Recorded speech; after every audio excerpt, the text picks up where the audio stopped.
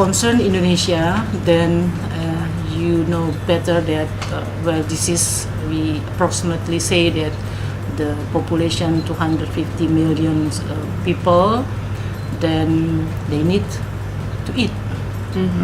So that's the problem. They need to eat, but not only Indonesian people need to eat, but also the Chinese, India, even the American. Their consumption of rice is higher because many people in England, in America, in Europe, they eat rice now because this is for diet.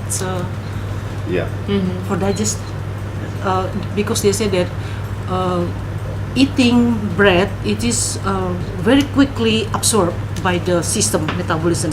It means that the demand for rice is increasing, not only because of population but because of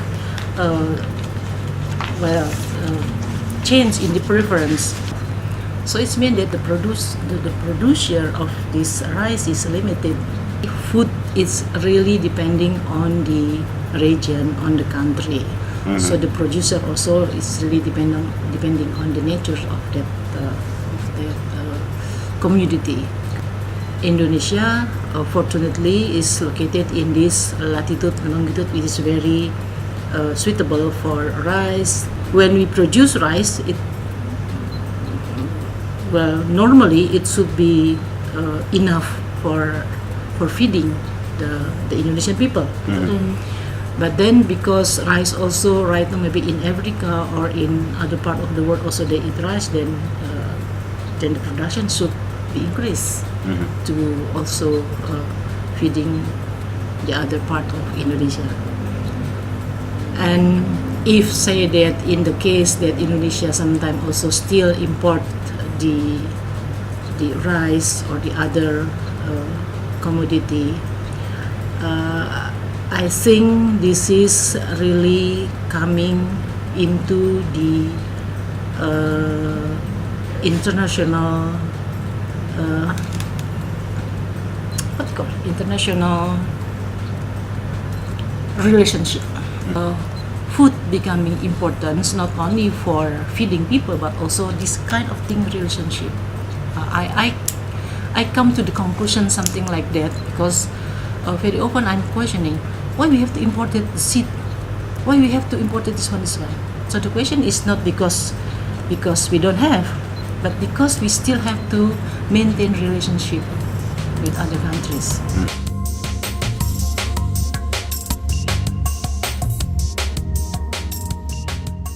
The mission and the vision of Sang Hyang Seri is really to produce seed,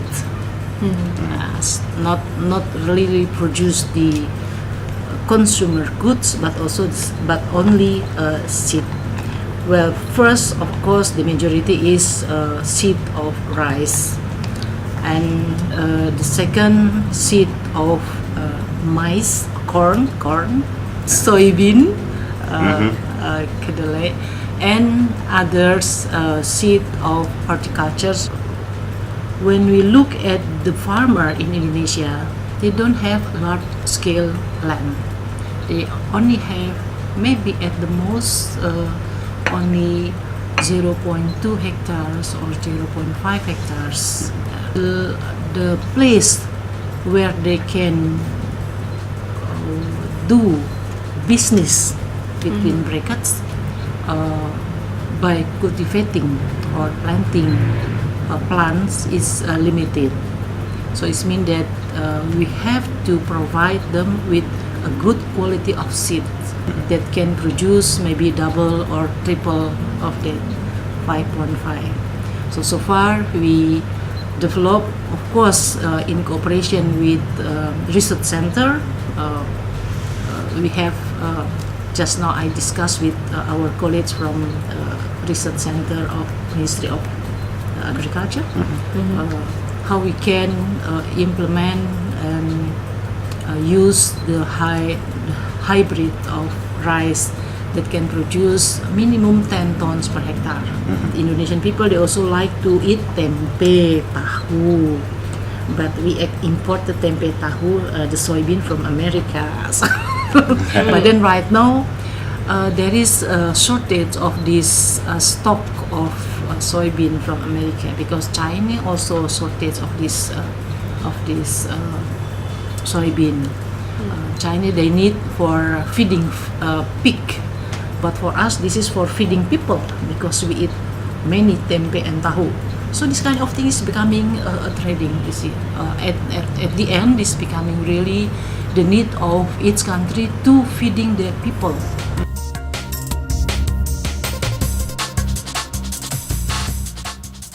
We have 2 or 3, 4 partnership with the international for the seed development.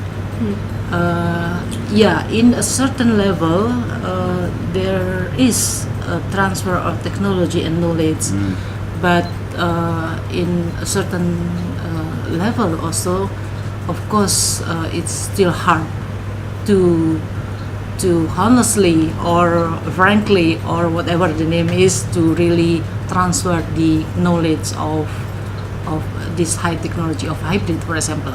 In the term of dependency for the long term, so it's also, I think, not good.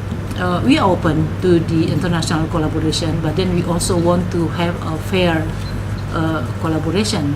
We already have a cooperation with many international, especially so far only for rice. But then we are thinking for horticulture. But then we are still in negotiation right now with the friends, especially for the transfer of knowledge and technology, as well as the first period, the first states using their own seed to be distributed here in Indonesia. This is for something like high level, a melon. A melon, what is sweet? Sweet melon? Sweet melon, sweet melon, because we don't have it here. And what else? Maybe tomato, sweet tomato, but very, very restricted variety that we don't have yet here.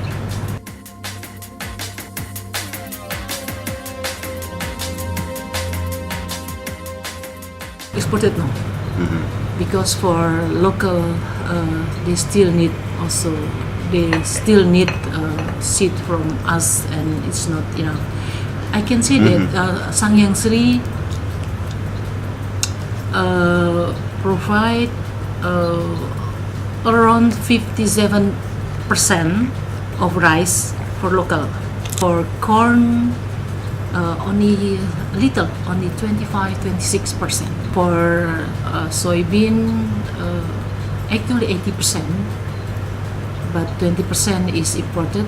But right now, because these cultivations of soybean is high risk, because it must be very intensively done by the farmer, and because also there's not yet a mechanism for stabilizing the price of this soybean in Indonesia. It's really depending on who has the majority of stock, then they can lead the price.